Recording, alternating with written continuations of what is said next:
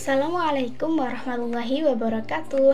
Kembali lagi bersama aku Nailatul Karimah dari Offering C, Program Studi Bahasa Sastra Indonesia dan Daerah Universitas Negeri Malang. Dalam video kali ini aku akan membahas tentang bentuk komunikasi prosa rekaan. Apa saja bentuk komunikasi prosa rekaan? Mari kita bahas. Prosa rekaan merupakan bentuk komunikasi antara sastrawan atau pengarang dengan pembacanya. Sastrawan ingin menyampaikan pikiran, perasaan, dan keinginannya kepada pembaca melalui prosa rekaan. Sebagai bentuk komunikasi, pembaca harus mengerti apa yang ingin disampaikan oleh sastrawan.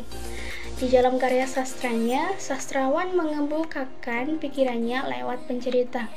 Nah, pencerita inilah yang nantinya akan mengemukakan tokoh, tempat, peristiwa, alur, dan lainnya kepada pembaca atau pendengar. Isser dalam Sergan tahun 1985 membagi pembaca atas, pembaca implisit, dan juga pembaca nyata.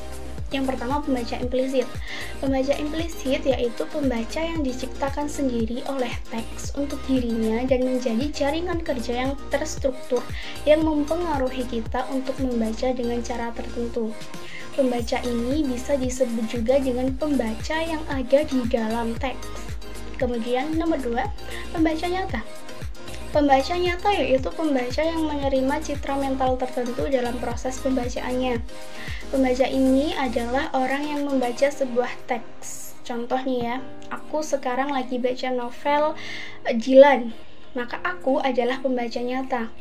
Kalau yang pembaca implisit adalah orang yang membaca di dalam teks. Kemudian, komunikasi antara sastrawan dan pembaca dapat dilihat dari skematis berikut. Sastrawan, pencerita, tokoh, kemudian pembaca dalam teks, dan pembaca nyata. Berbicara mengenai pencerita nih, tadi sudah aku sebutkan kan ya, sastrawan mengemukakan pikirannya lewat pencerita. Untuk lebih memahaminya, perhatikan contoh berikut ini. Setelah selesai berpidato, kulihat wajah suamiku begitu cerah dan berbinar-binar. Setelah selesai berpidato, kulihat wajah suamiku.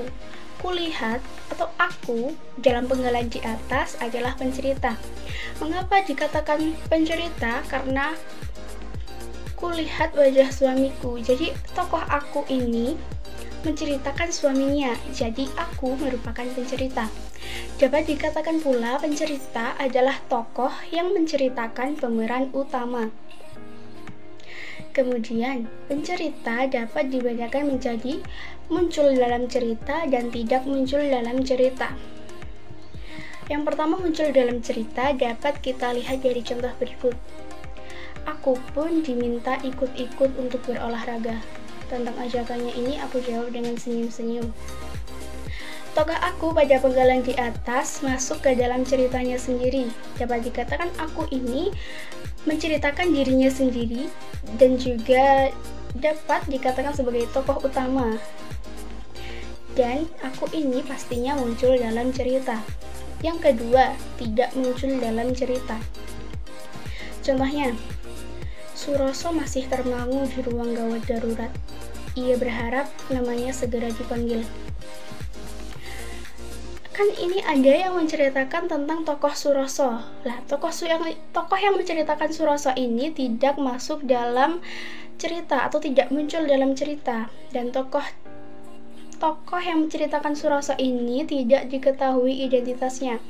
Dia hanya menceritakan Suroso dengan apa yang dilihatnya. Jadi kayak dia itu melihat Suroso, misalnya dia melihat Suroso dari teras rumah sakit ya, dia hanya melihat lalu menceritakan Suroso ini. Dan dia ini tidak muncul dalam cerita, tapi dia yang menceritakan. Kemudian, pencerita juga dapat dibedakan menurut keterlibatannya. Ya, yang pertama, pencerita yang terlibat aktif, yang kedua, pencerita yang kurang aktif dalam cerita. Yang pertama adalah pencerita yang terlibat aktif. Pencerita ini ikut menentukan jalan ceritanya atau bahkan menjadi tokoh utama.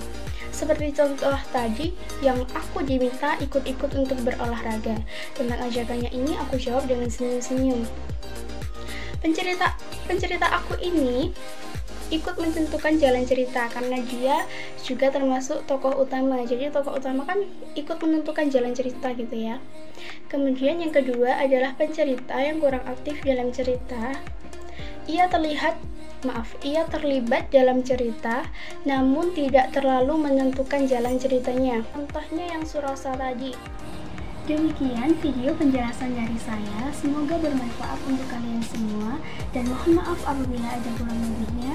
Wassalamualaikum warahmatullahi wabarakatuh.